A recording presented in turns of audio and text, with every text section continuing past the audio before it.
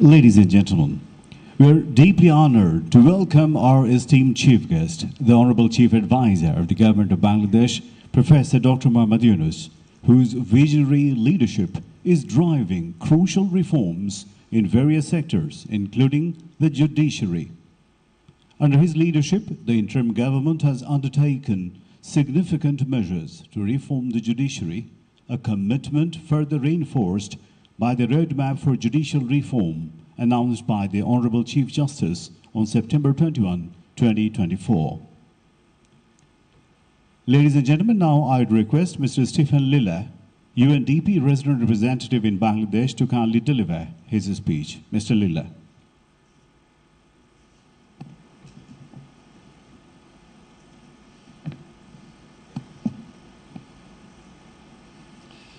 Your Excellency, Dr. Muhammad Yunus, Honorable Chief Advisor of the Interim Government of Bangladesh, Honorable Chief Justice, Dr. Said Refat Ahmed, Honorable Advisor for Law, Justice and Parliamentary Affairs, Dr. Asif Nasrul, distinguished panel members, judges, members of the bar, ambassadors and high commissioners, colleagues from the international community, ladies and gentlemen, all diplomatic protocol observed. It is a great honor to address you at this national seminar on judicial independence and efficiency. This seminar is part of a 9-month nationwide reflection and intense dialogue on transforming justice services for all men and women in Bangladesh. The United Nations Development Programme is honored to have supported the Supreme Court in convening similar dialogues in Chattogram, Sylhet, Rajshahi, Mymensingh, Rangpur and Khulna, and soon in Barishal, but also to reflect with you today on the outcomes of these discussions and their implications for reform policies. The commitment to promote justice and the rule of law is enshrined in the United Nations Charter, as well as in Sustainable Development Goal 16 and the 2024 Pact for the Future. In Bangladesh, prioritizing justice reform is not only a fundamental requirement to achieve economic development, prosperity and stability, but it's also a commitment to be delivered in acknowledgement of the unprecedented uprising of the youth in 2024 against injustice, arbitrariness, and oppression as Bangladesh charts the pathway to a democratic, inclusive, and prosperous future.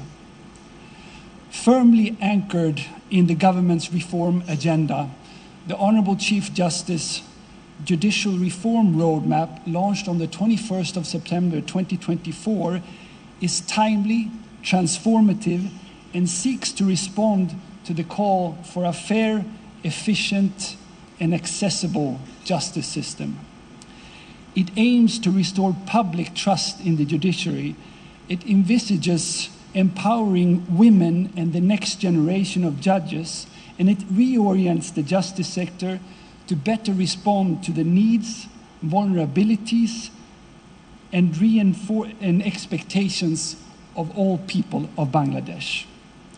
Significant progress has already been achieved in its implementation, including further digitization of justice services, revisions of accountability frameworks, and reinforcement of justice administration.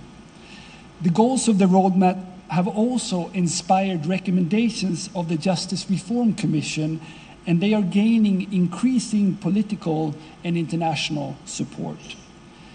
We deeply appreciate the strong partnership of the international community, notably from Sweden, the United Kingdom, and the European Union, whose ambassadors, High Commissioner, and technical colleagues have actively joined us with the Supreme Court in divisional level dialogues on justice reforms. I'm also pleased to announce that UNDP and Sweden have signed a new funding agreement at the sidelines of today's event to extend and deepen our joint support to Bangladesh justice sector. The Honorable Chief Justice's leadership has earned global recognition. His participation in international fora, including UNDP's global annual Rule of Law and Human Rights meeting in New York this month, has highlighted Bangladesh's commitment and vision for judicial reform with the global community. Ladies and gentlemen, central to transforming Bangladesh judiciary into a trusted service provider and independent arbiter is the protection and defense of judicial independence. Article 14 of the International Covenant on Civil and Political Rights underscore that everyone is entitled to a fair and public hearing by a competent, independent and impartial tribunal established by law. The realization of this right is impossible where judges are beholden to power. The temptation of the executive to tighten its grip on the judiciary in pursuance of power and financial interest is a painful lesson of Bangladesh history. Today's reforms must safeguard against the recurrence of abuse and, where possible, rectify mistakes of the past, not out of vengeance, but out of the conviction that democracy will only thrive when protected by an impartial judiciary. The United Nations basic principles on the independence of the judiciary reiterate that judicial decisions must be impartial and free from any form of interference. UNDP remains committed to supporting the government and the judiciary in creating the legal and institutional conditions and necessary safeguards to realize this goal for the entire judiciary, including the subordinate courts, and bring about the codification of judicial self-administration accompanied by a renewed understanding of functional independence among judges. Parallel to these discussions and institutional reforms, UNDP is also facilitating efforts to address past injustices. The recent peer exchange in May that the Honorable Chief Justice and the Honorable Advisor for Law, Justice and Parliamentary Affairs had with South African experts and victims, organized jointly with the Commonwealth Secretariat, deepened our collective understanding of the transitional justice mechanisms that can complement the judiciary's work in confronting historical human rights violations and preserving collective memory. This exchange reinforced a vital lesson. Any transitional justice framework must be rooted in wide and inclusive consultations and must respond to victims' demands for truth, justice, reconciliation, reparations, and memorialization. These elements are essential not only for healing and redress, but also for strengthening social cohesion and rebuilding institutional trust. As UNDP continues supporting Bangladesh's transition to a more prosperous, equitable, and resilient future, we partner with communities, civil society, private sector, academia, and the government to support a broad set of issues, including the upcoming elections, good governance, anti-corruption, women and youth empowerment, economic growth, and climate resilience, to mention a few. The ambitious reform process initiated by the interim government encompasses critical administrative, constitutional, legal, and institutional reforms, creating spaces for inclusive engagement of all societal groups in decision-making processes, contributing to strengthening trust. Access to a fair, competent, independent judiciary remains critical to underpin the success of all these transformative reforms. Today's seminars with distinguished speakers and participants is providing a promising platform to discuss improvements in justice delivery, including reform efforts in the Bar Association, Legal Aid Service, and in the transformation of the Attorney General's office into a professional prosecution service, complementing the Supreme Court reforms. We also commend the Ministry of Law, Justice and Parliamentary Affairs for their leadership around reforms of legal frameworks. And in closing, let me express my gratitude to all of you for joining today's seminar and for championing justice reform as an integral part of Bangladesh's ongoing transition. Please count on UNDP as a trusted ally and a partner on this important journey. Thank you very much. Thank you, Mr. Stephen Lilla. Ladies and gentlemen, may I now request the special guest of the seminar, Mr. Mohammad Asaduzzaman, Honorable Attorney General for Bangladesh, to kindly say a few words.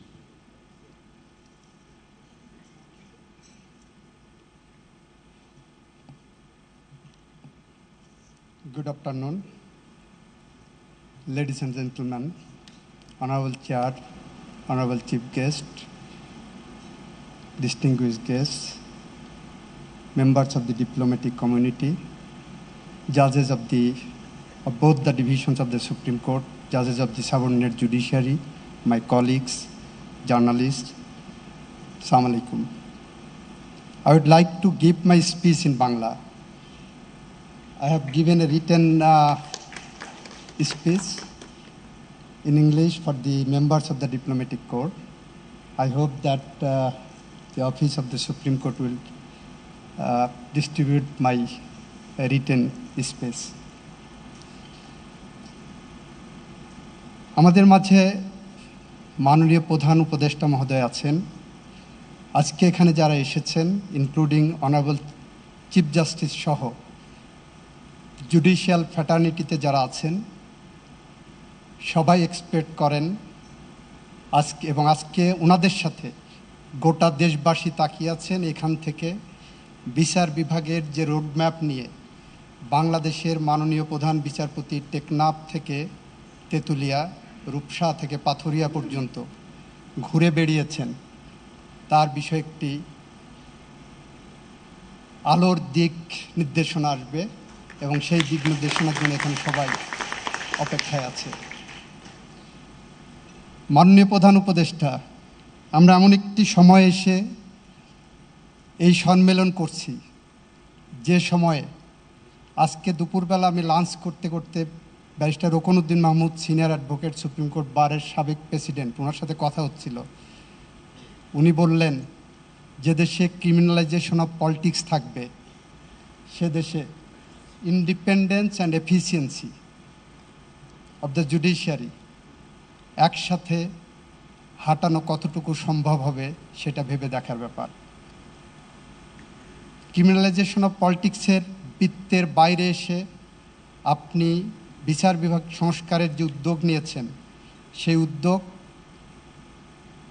আমরা আপনার স্বপ্নের সারথি হিসাবে সামনের দিকে এগিয়ে নিয়ে যেতে চেয়েছি।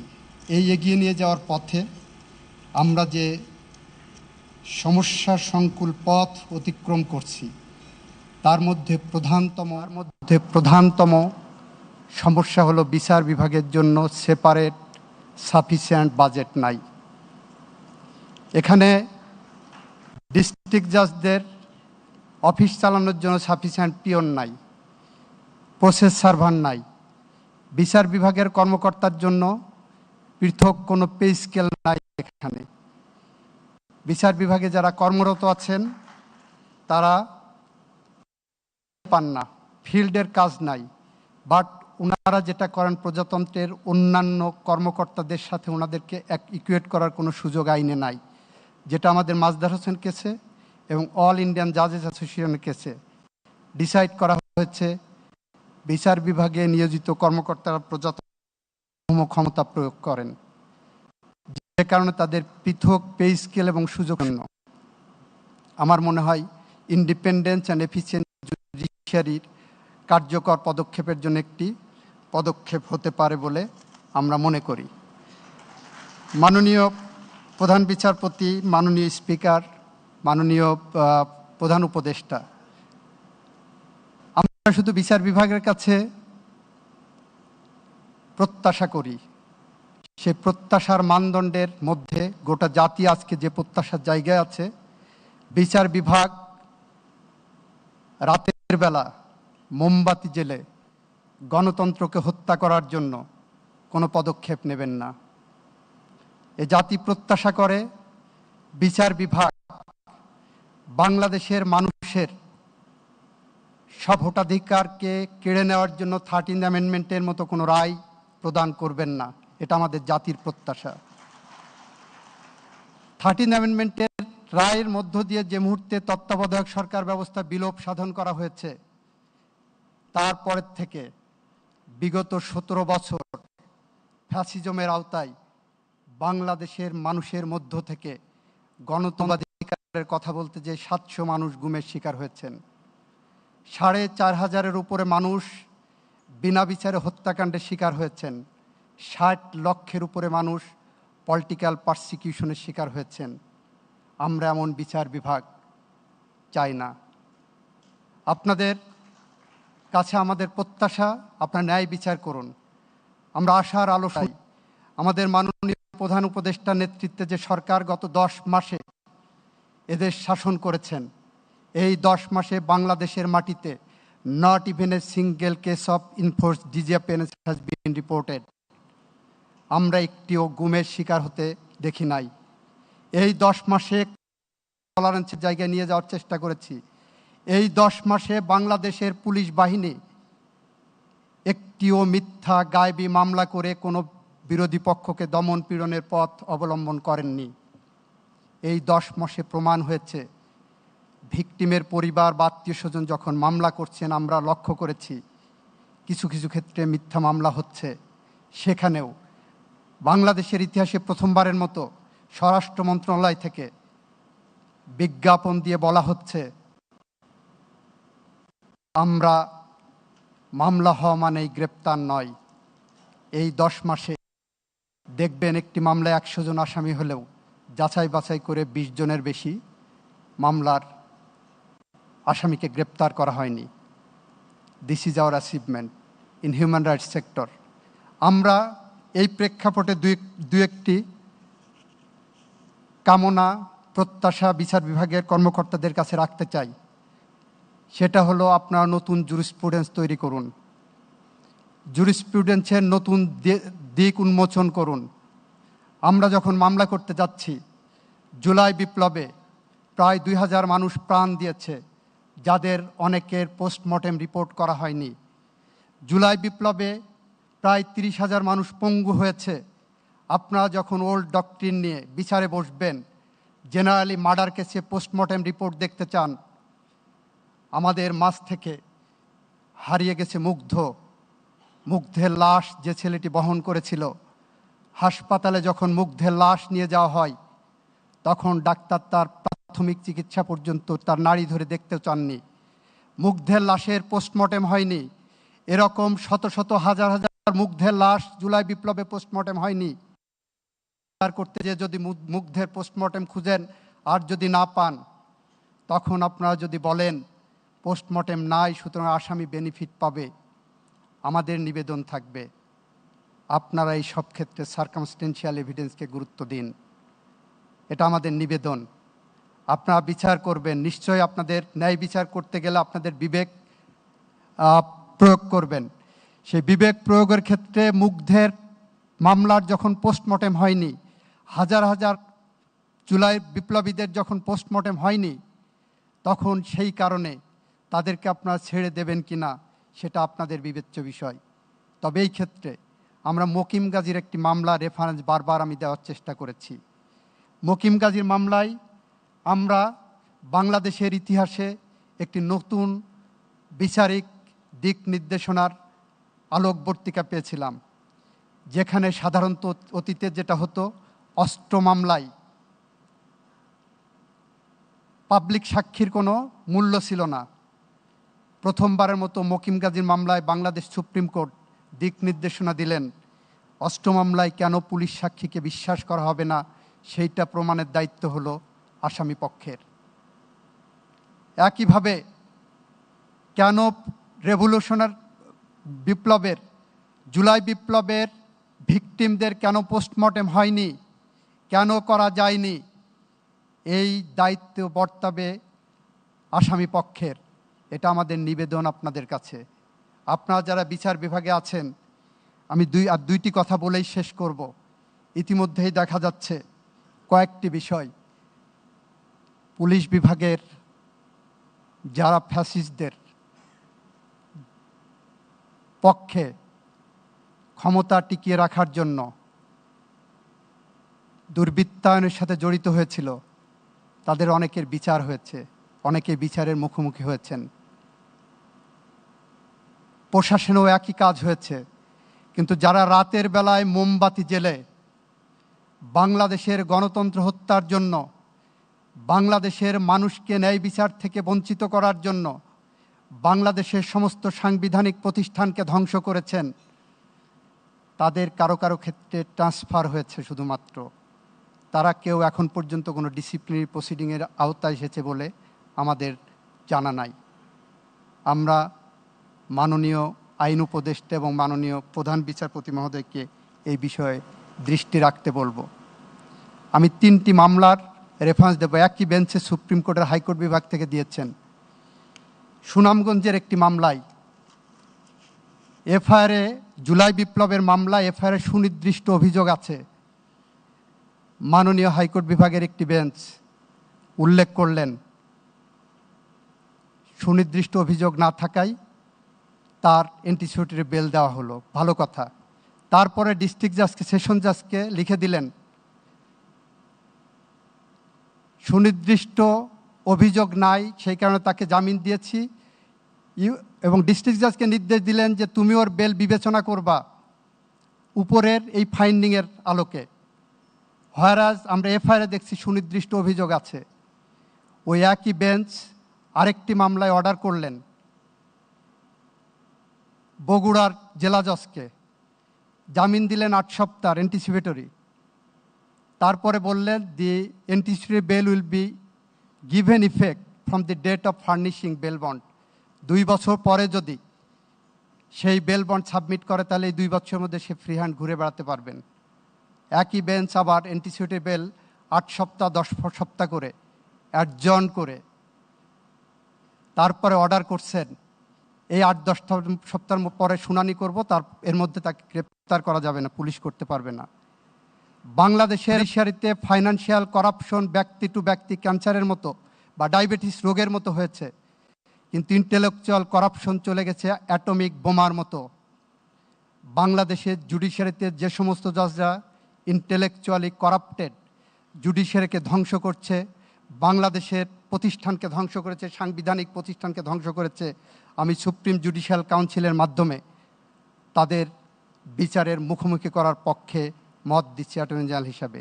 যদি আপনি জুডিশিয়ারিকে সঠিক পথে আনতে চান, ফাইন্যান্সিয়াল করাপশন ধরেন, তার চেয়েও বড় কথা ইন্টেলেকচুয়াল করাপশন ধরেন, যার মধ্য দিয়ে বাংলাদেশের আর কোনো খায়রুল হকের জন্ম যাতে না হয়, যার মধ্য দিয়ে বাংলাদেশে আর যেন খুনের রাজনীতি চালু না হয়, গুমের রাজনীতি চালু না হয়, এবং এক্সট্রা জুডিশিয়াল কিলিং বা ক্রস ফায়ারের নামে মানুষ হত্যার সংস্কৃতি চালু না হয়।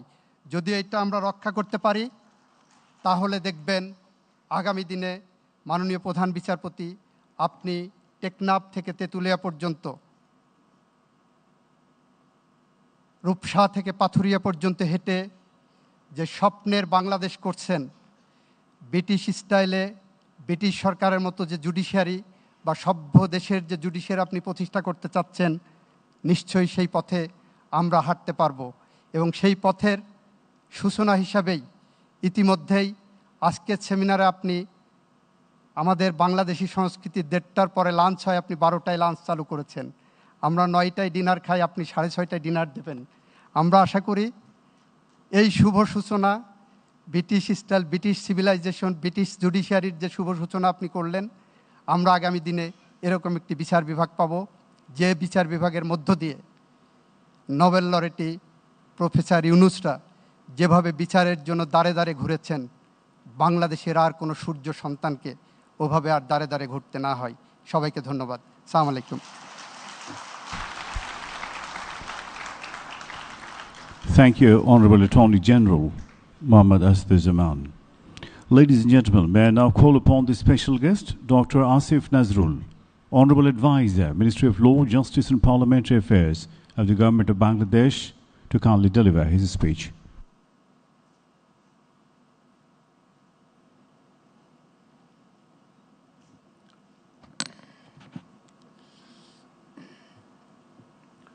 Honorable Chief Advisor, Honorable Chief Justice, distinguished guests, ladies and gentlemen, Assalamu alaikum. It is actually a great privilege and honor for me to address this audience, very impressive audience, and to speak in front of our Chief Advisor, Nobel Laureate Dr. Muhammad Yunus. Let me begin by affirming that judicial independence and efficiency are essential and prerequisite for true democracy, social justice, and non-discrimination. And in fact, these are the principles for which our young generation and students, they fought and sacrificed during the glorious July Revolution in 2024. We are fully aware of their sacrifice, and that is why, under the leadership of our Chief Advisor, we have undertaken a broad range of reform agenda, including for making the judiciary accountable, efficient, transparent, and independent. I'll just highlight two key areas. First is reforms in the subordinate judiciary and the reform agendas in the higher judiciary or in the Supreme Court. First, subordinate judiciary reforms, and in this area, in last 10 months, we have actually focused on three priorities. Number one is speedy and low-cost justice delivery. And for that, we have done transformative amendment of the Civil Procedure Code and Criminal Procedure Code, including for affidavit-based examination of witnesses, digital service of summon, and strengthening procedural safeguards during arrest and interrogation in criminal cases. Our second priority is to address the problem of backlog in Bangladesh, backlog of cases in the judiciary. And we have undertaken a number of measures. Just today, we have passed an act for improving the legal aid service to the people of Bangladesh. And we have made provision for mandatory mediation, and we have made provision for strengthening the legal service provided by the government of Bangladesh. And we have certain objectives that currently, I have explained it before, that 500,000 cases roughly are filed in the Bangladeshi courts, and only 35,000 cases are disposed of by mediation or through the legal aid service. So we have set an aim for us that we are planning that through the strengthened legal aid service, we could at least dispose of 30% of the cases before it enters into the court premises. Our third focus is on establishing or strengthening accountability. That's why we are collecting wealth statement of all the, we have collected wealth statement of all the judges, and we have made a centralized judicial staff recruitment process, and we are also planning to improve the curriculum of the judges, curriculum for the judges. And among other initiatives, we have actually made recommendation for the withdrawal of nearly 12,000 cases. And those cases were politically motivated and passed to suppress and filed to suppress the opposition. The second one, we have made amendment to important legislations, for example, the Cybersecurity Act and the Women and Children Repression Prevention Act. We have also digitalized marriage, divorce deeds, and bail bond process. But the central theme and the more important theme, in particularly for our Chief Justice, is establishing a separate secretariat for the Supreme Court.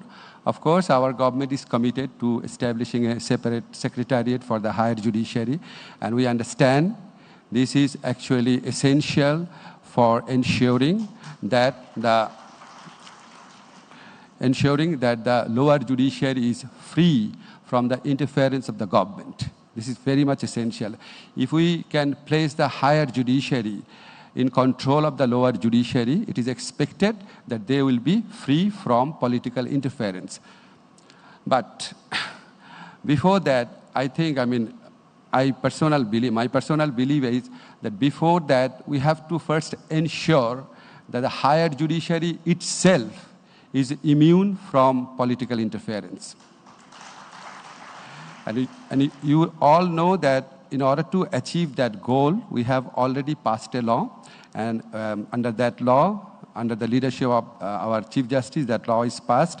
And that law provides for a specific appointment system of the higher judiciary judges in order to ensure that it is merit-based, transparent, and executive interference-free. So this is only a first step. But in order to fully achieve these objectives, some other additional measures have to be taken, in my opinion. And these are framing rules for confirmation of the additional judges, framing rules for elevation of the High Court judges to the Appellate Division, strict compliance of Code of Conduct, which is framed for higher judiciary judges, and amendment of Contempt of Court, and making rules for formation of benches in the Supreme Court. I had been a very outspoken civil society member, but I always feared when I went to any seminar when the central theme was the decision of the higher judiciary. Actually, I feared expressing my opinion against the wrongdoing of the higher judiciary judges, always.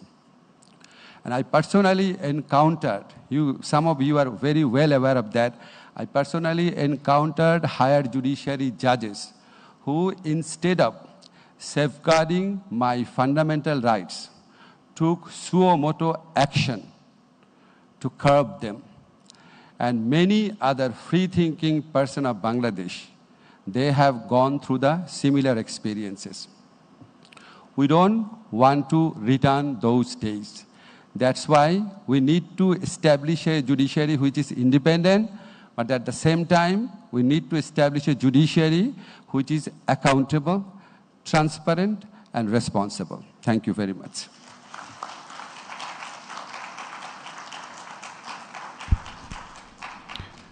Thank you, Honourable Advisor, Ministry of Law, Justice and Parliamentary Affairs, Mr. Asif Nazrul. Ladies and gentlemen, it is now time for the address of the Chair. I request Dr. Justice Syed Rifat Ahmed, the Honourable Chief Justice of Bangladesh, to kindly deliver his remarks and enlighten us with his valuable insights.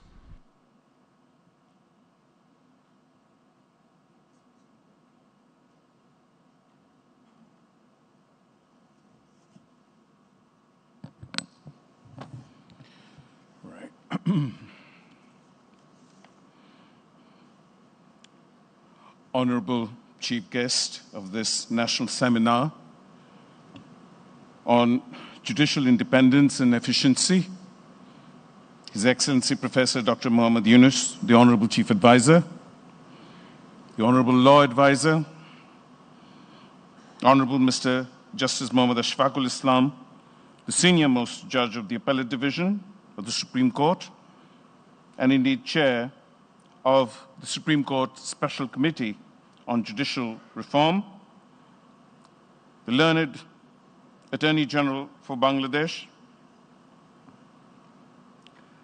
honorable judges of both divisions of the Supreme Court of Bangladesh, Your Excellencies, ambassadors, high commissioners, and other foreign dignitaries, the resident representative of the UNDP, Mr. Stephen Lilla, the Vice Chairman of the Bangladesh Bar Council, Senior Advocate Mr. Zainul Abidin, the President of the Supreme Court Bar Association, Senior Advocate Barrister A.M. Mahmoudin Khokon, learned district judges and chief judicial magistrates representing 64 districts, learned metropolitan sessions judges and chief metropolitan magistrates, members of the Supreme Court Bar Association, members of the Supreme Court Registry, members of the Fourth Estate, i.e. the print and electronic media. Ladies and gentlemen, good evening. In the blazing months of July and August 2024, a student-led revolution born of anguish, not ambition, swept across Bangladesh, demanding justice and integrity. That historic revolution dismantled a compromised judiciary and called forth a new order grounded in truth and independence. I did not assume the office of the 25th Chief Justice by design, but was summoned by the people's will, entrusted with the solemn duty to restore faith in the rule of law and to rebuild the judiciary as a pillar of constitutional democracy. Ladies and gentlemen, the revolution did not end with slogans. It demanded a moral reckoning and the very reconstruction of our statehood. As the old order gave way, the nation turned not to power, but to principle. In that defining moment, Professor Dr. Muhammad Yunus, our Nobel laureate, was invited by the people to guide a fractured nation toward renewal. His assumption of office as chief advisor marked a turning point. With moral clarity and solid purpose, he charted a path of transformation, initially through 6 foundational reform commissions, placing judicial reform at the forefront. Excellency Chief Advisor and distinguished guests. On 21st of September 2024, I stood before my constituents, the judiciary, in the inner garden of the Supreme Court to unveil the judicial reform roadmap, a declaration not of intent, but of institutional transformation grounded in independence, accountability, and service.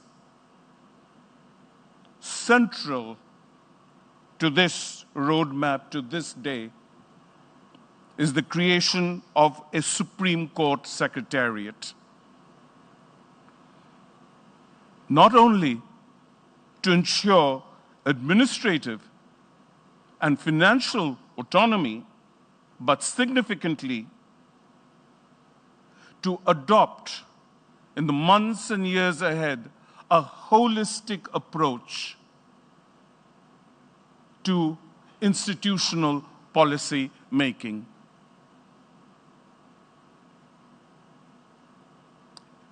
Institutional safeguards such as depoliticized guidelines on postings and a proposal for separate civil and criminal trial courts to enhance adjudicatory clarity,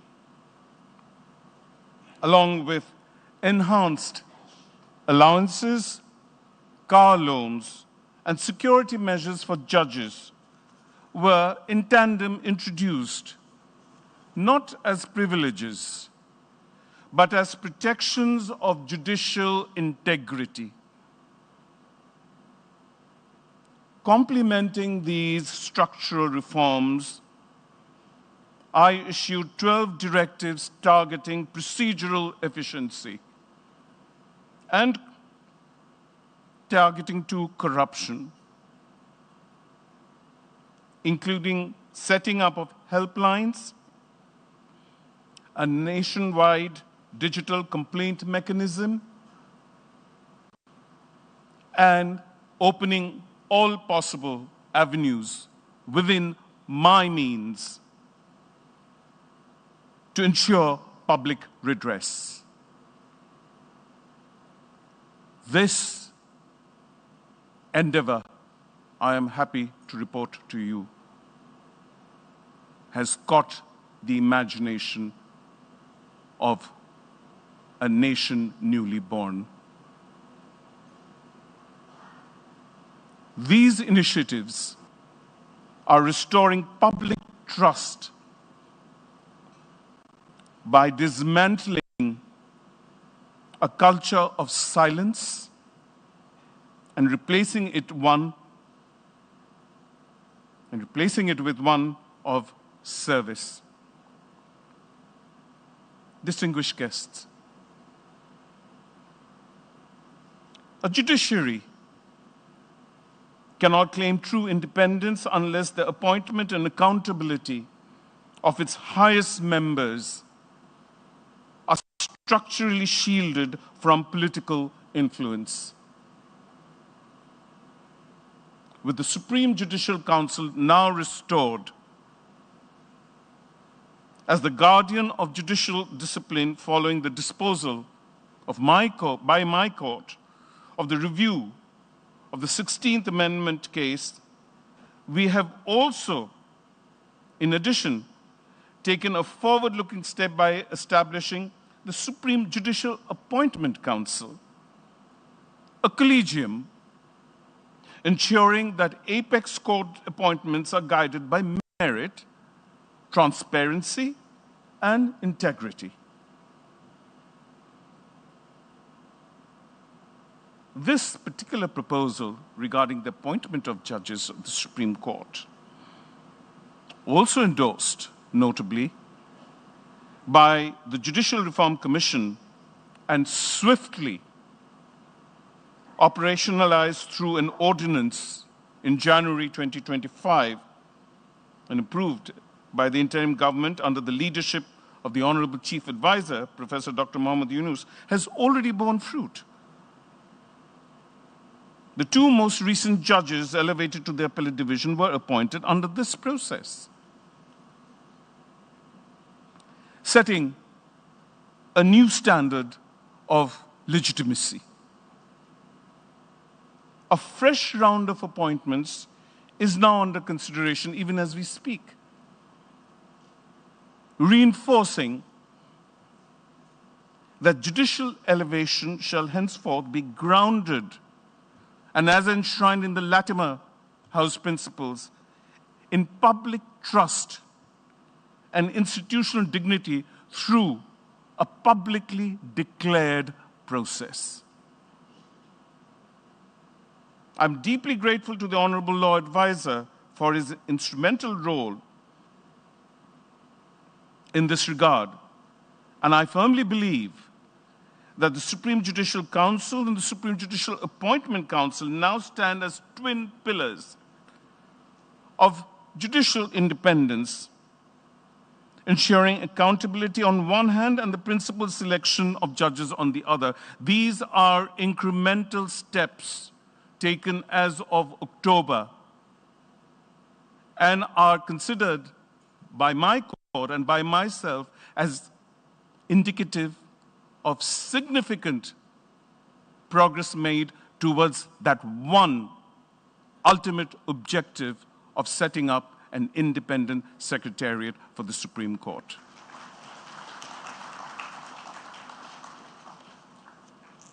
Honorable Chief Advisor, at the heart of our judiciary's strength is the firm dedication of over 2,000 judges and magistrates across Bangladesh, including over 1,200 young judges aged between 24 and 35. An extraordinary reservoir of talent and idealism. And what better target for intervention by your government, Honorable Chief Advisor, for human capital development. Among these 2,000 plus judges, 625 are women. constituting more than 31% of the judicial service, all recruited solely on merit. Through the longest avenue since 2007 of the Bangladesh Judicial Service Commission, represented tonight by the chair, Mr. Justice Zubair Rahman Chaudhary.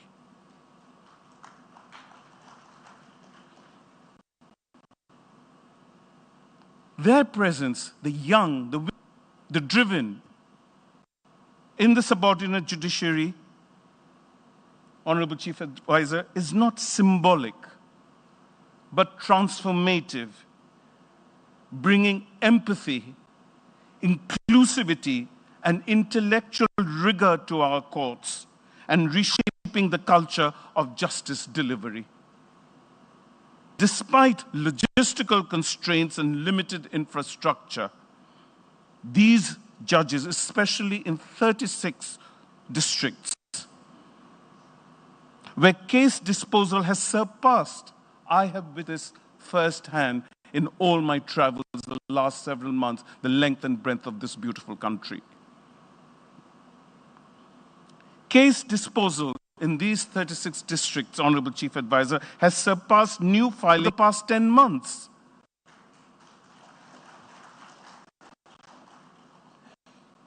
And they demonstrate one simple thing,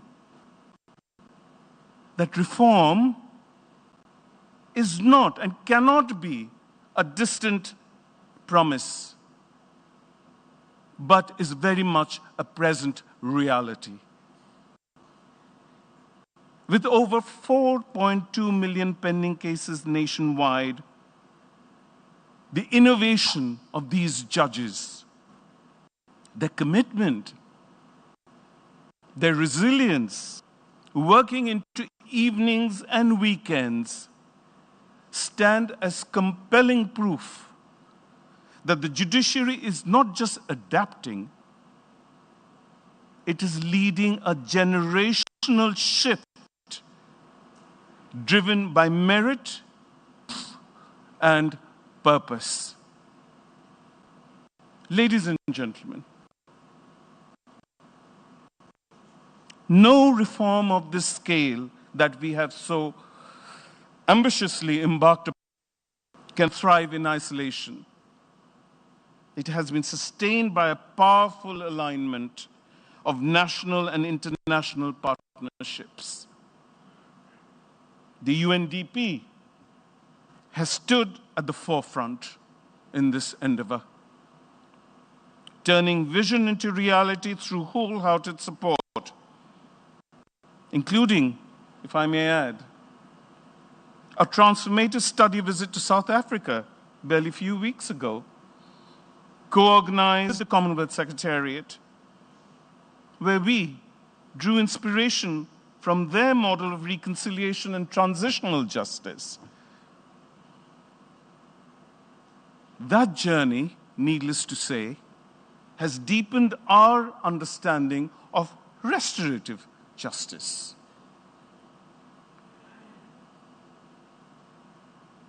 Dear guests,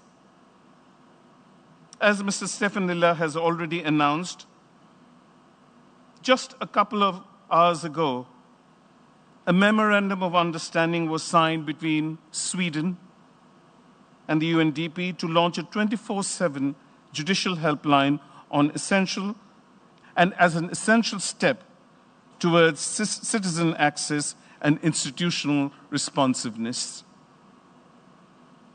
Our other partner, the European Union,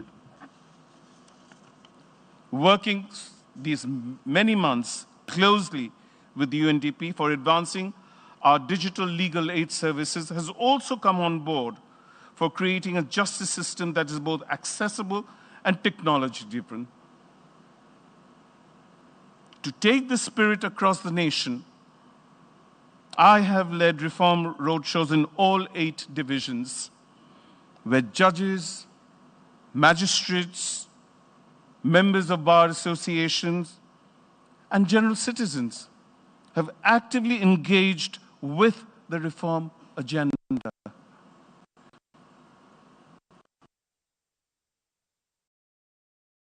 Bangladesh, our other development partners, including Sweden and the United Kingdom. These efforts are shaping a judiciary that reaches out, not waits, and that serves not in abstraction, but in close communion with the people. Ladies and gentlemen, before I conclude, allow me to place on record my profound gratitude to all who have sustained and enriched our collective journey thus far. My special gratitude to the Honorable Chief Advisor, Professor Dr. Muhammad Yunus, whose visionary leadership has given impetus to this reform endeavor. I'm grateful to the Honorable Law Advisor for his understanding and close study of our institutional redesign, and to the Honorable Attorney General of Bangladesh, whose steady counsel continues to fortify the dialogue between the bar and the bench. My note of appreciation in particular goes to the Honorable Judges of the Appellate Division and the High Court Division of the Supreme Court of Bangladesh, whose wisdom and fortitude inspire the judiciary to uphold its highest ideals in times most fluid, most unique, and uniquely transformative. It is not easy, but we persevere against all odds. I also place on record my sincere thanks to the Supreme Court Special Committee on Judicial Reform for its sustained contributions at critical junctures of this transformative journey. I extend my appreciation as well to the Supreme Court Bar Association and the Bangladesh Bar Council, whose constructive engagements remain vital to the cause of institutional balance. And I especially acknowledge the leadership of the Bangladesh Judicial Service Association for lending crucial support to the CJB's reform roadmap the past several months.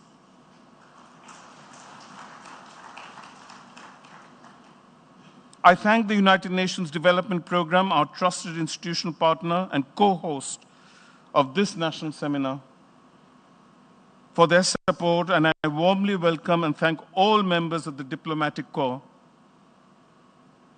and our development partners whose presence today reaffirms the international community's faith in Bangladesh's not only judicial renewal, but national renewal.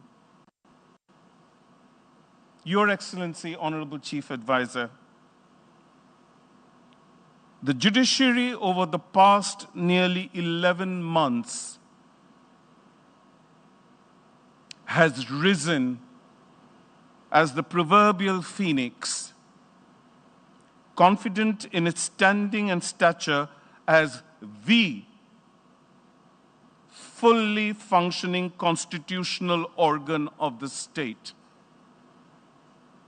unyielding in its duty, grounded in its independence, and unwavering in its commitment to justice. As the guardian of the constitutionality, legality, and human rights compliance of all other sectoral reform efforts, Honorable Chief Advisor, the judiciary must be the first to liberate itself from the shackles of past constitutional misadventures and reinforce its status as the constitutionally mandated arbiter of remedies for all seeking justice before our courts. To that end, I reiterate with utmost urgency the need for establishing a separate secretariat for the judiciary.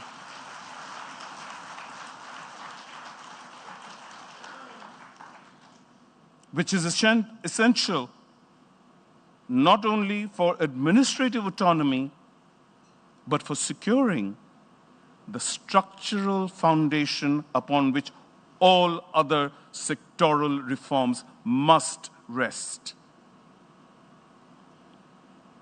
Justice cannot be carried forward on borrowed infrastructure or delegated authority.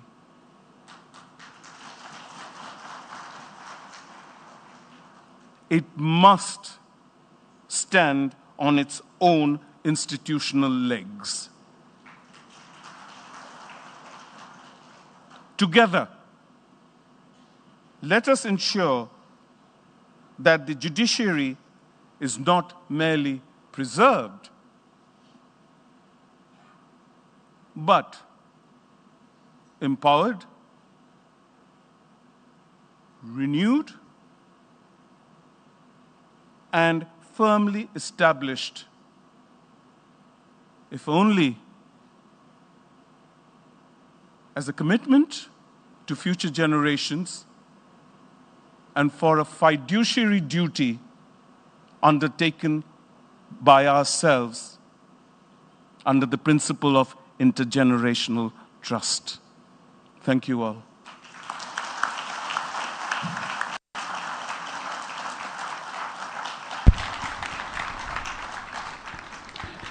Thank you so much, Honorable Chief Justice, for your valuable insights. Ladies and gentlemen, I request the Honorable Chief Justice yourself once again to kindly do the honor of presenting a memento to the Honorable Chief Guest, Professor Dr. Muhammad Yunus, Honorable Chief Advisor of the Government of Bangladesh.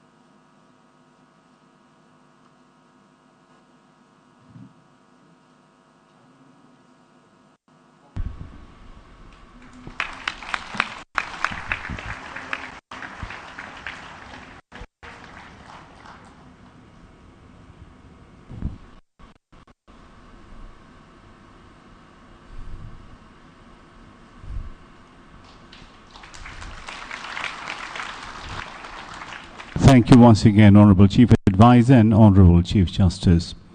Ladies and gentlemen, the chief guest of the seminar, Professor Dr. Muhammad Yunus, Honorable Chief Advisor of the Government of the People's Republic of Bangladesh, is now requested to kindly address the audience with his valuable words. Ladies and gentlemen, the Chief Advisor.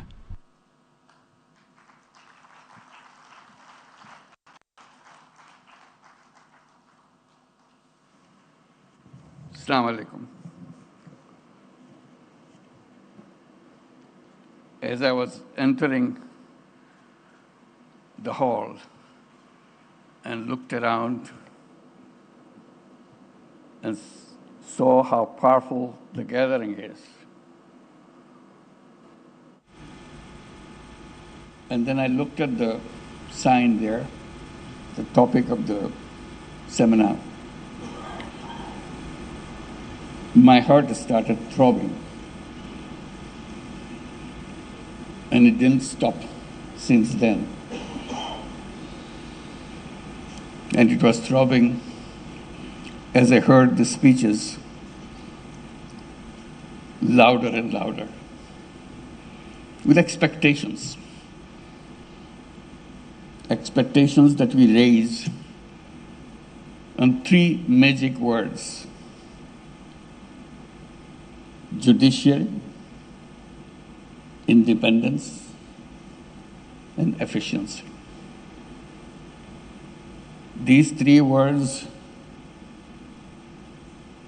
define the foundation of the society.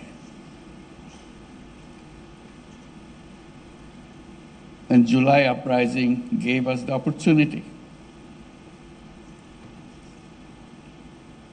to build that civilization. And this is where we are, defining each step of that foundation. And I said my heart was throbbing, and it throbbed louder and louder. And it became loudest when I was listening to the Attorney General of Bangladesh, because he defined where we are coming from. And if you forget that, we will not understand what these three words mean. And today is a historic moment for all of us, because we are about to celebrate the anniversary of the uprising. It's almost a year now.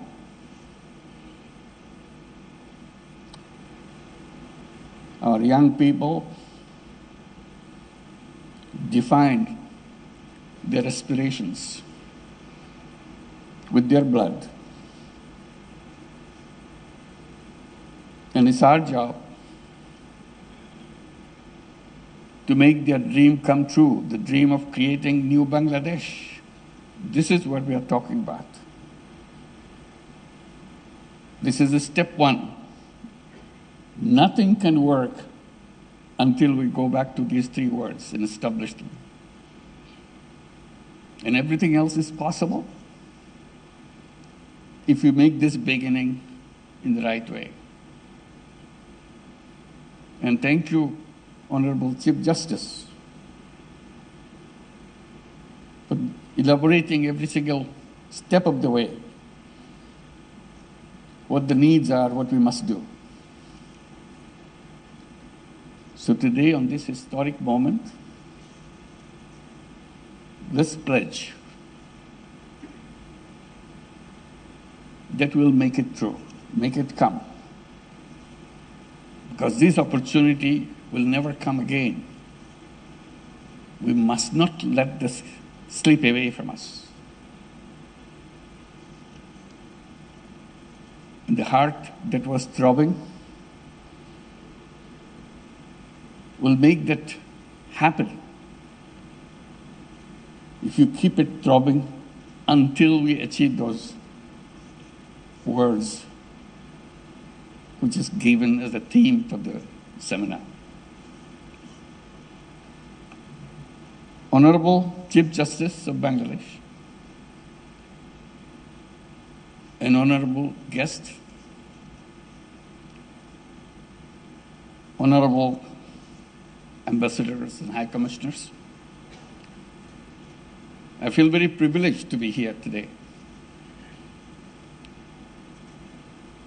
For the very reason that I explained, this is where it all begins. If we cannot get this right, rest of it will not come right. So let's make sure we make it right. This seminar is particularly timely and significant, as I explained, as it has been convened during a pivotal period of reform of Bangladesh. Every nation awaits a moment of transformation, an opportunity to mark a new beginning. This is our moment.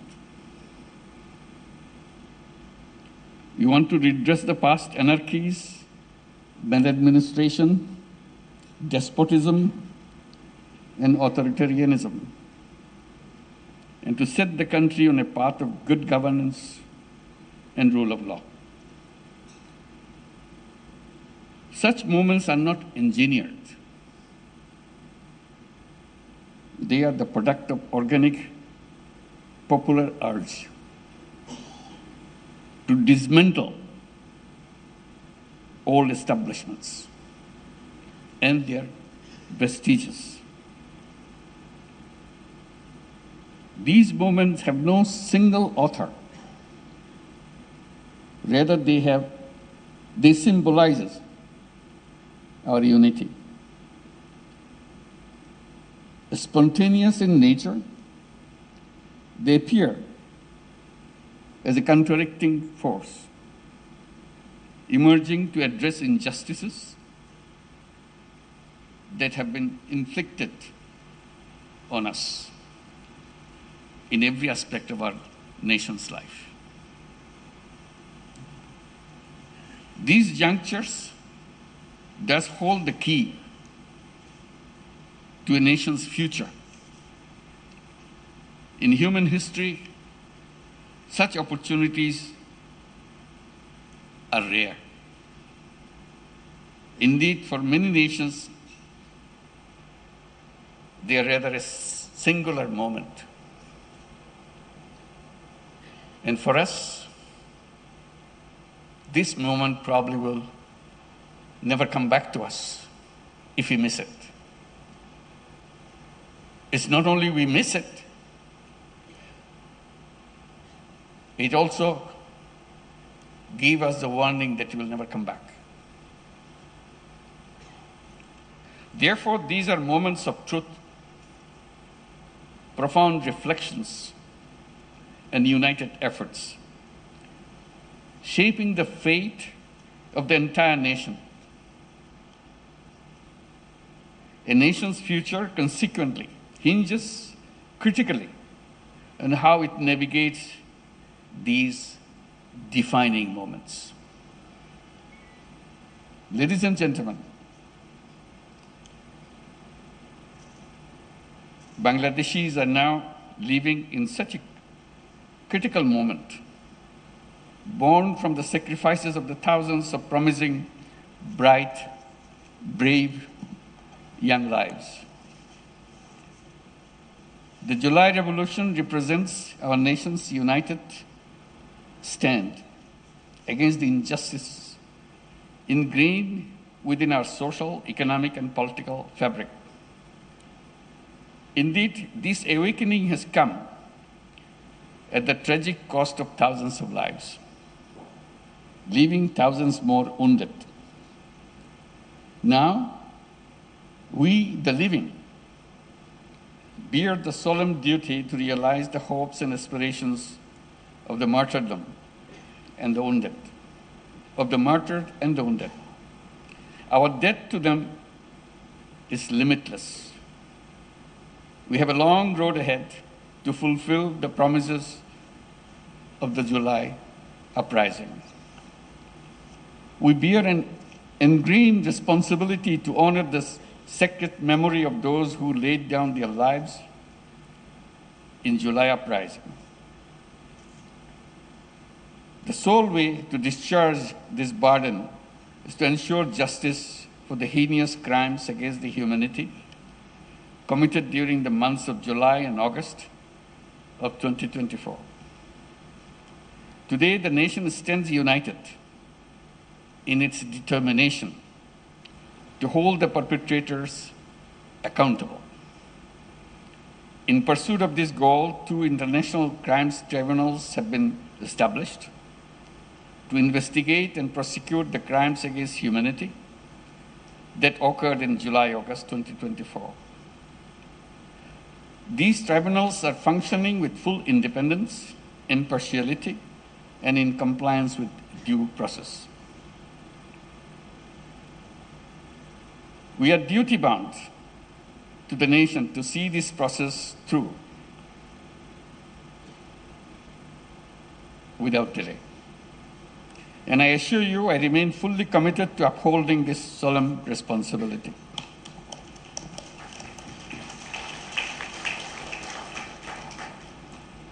But we must keep in mind, the July uprising was not merely about ousting a despotic regime. It was fueled by an intense desire to dismantle the deep-seated hegemonies and the biases that have persisted from the villages to the cities. Through the revolution, we aim to create a just society where liberty, equality, and dignity would guide all our actions. The uprising sought to break down the old order and rebuild the state so that no individual or party could ever become despotic or authoritarian. These hopes and aspirations now place upon us the daunting task of reimagining the state and redefining the boundaries of its key institutions. And today, we as stakeholders of this reform stand pledge-bound to do what we are owed. When we speak of reform, we are not talking about minor tweaks that will fall apart under the pressures of time and power. We speak of tasks left undone in the last 54 years since our independence. We speak of changes that will create a powerful democracy while ensuring that democratic aspirations do not twist into either authoritarian desires or populist yearnings. Using populist tactics to win elections and then abusing and manipulating the power structures, dismantling checks and balances, and turning oversight bodies into tools of oppression, these are common strategies from the autocratic playbook.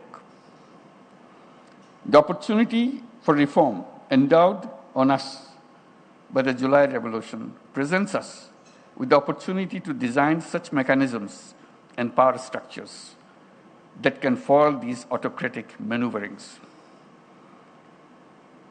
The governance of the state in the 21st century presents distinct challenges to securing polities founded on democratic ideals.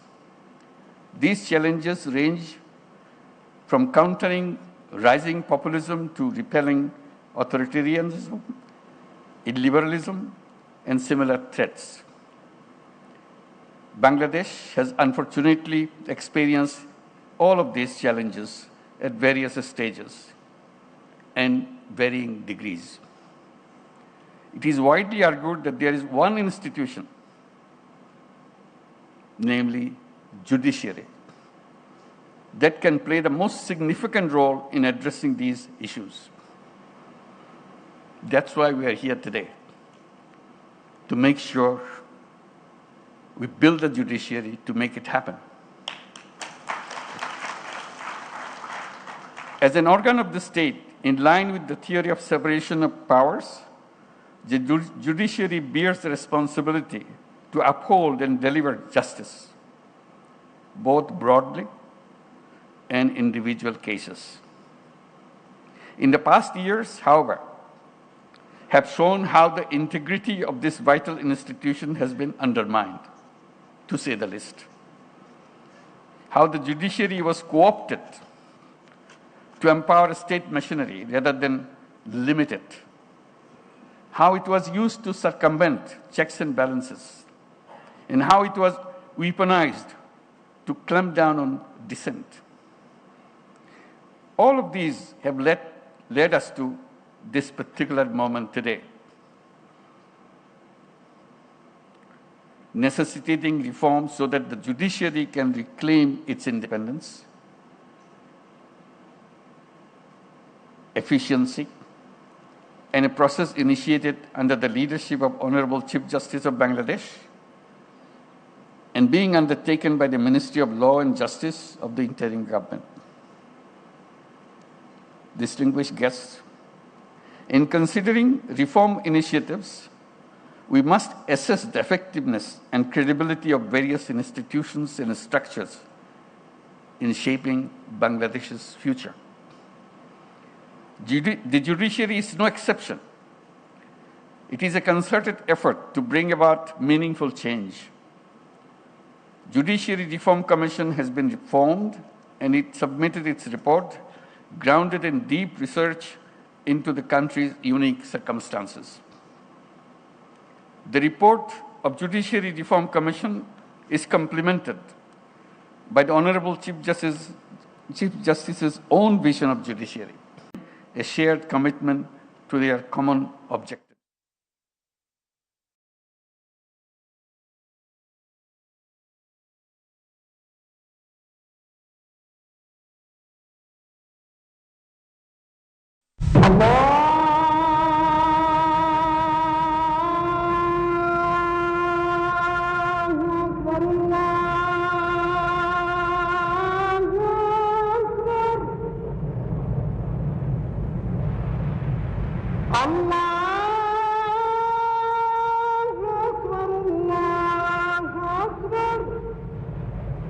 أشهد أن لا إله إلا الله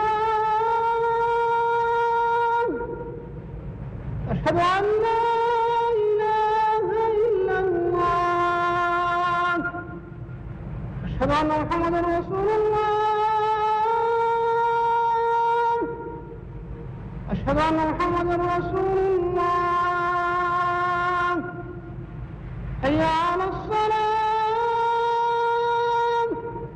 حي على الصلاة حي على الفلاح حي على الفلاح الله أكبر الله أكبر لا إله إلا الله.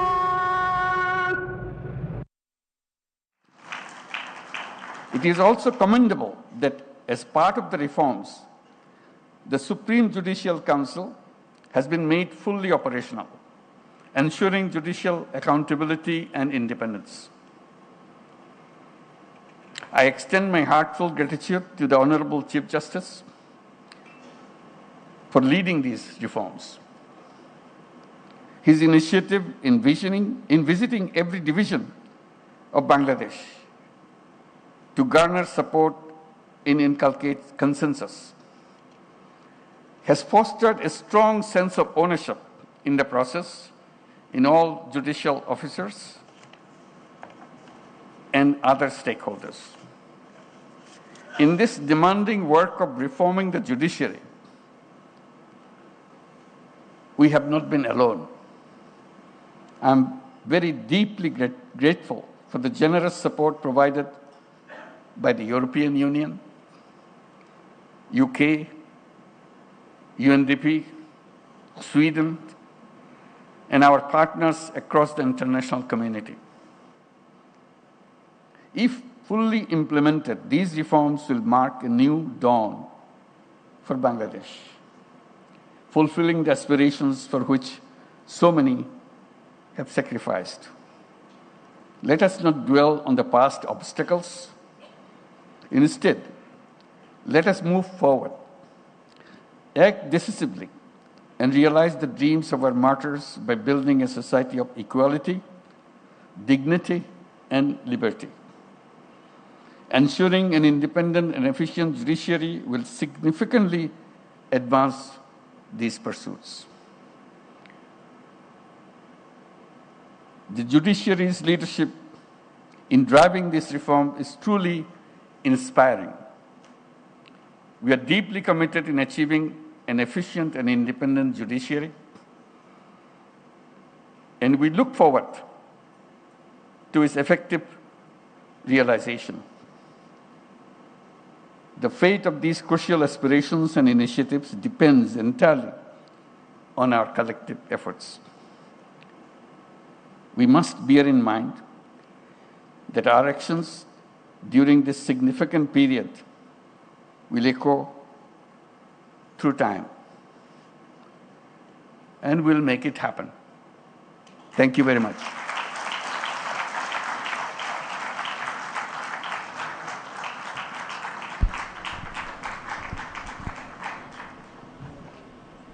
We extend our heartfelt thanks and gratitude to you, Honorable Chief Advisor, for your presence and participation. Let me once again thank you all for your presence and participation. May the vision for an efficient, independent judiciary and a prosperous Bangladesh, which we have explored today, materialize swiftly. With that, we bring this session to an end. It's our great pleasure to invite all the participants to join us for a dinner. Allah Hafiz.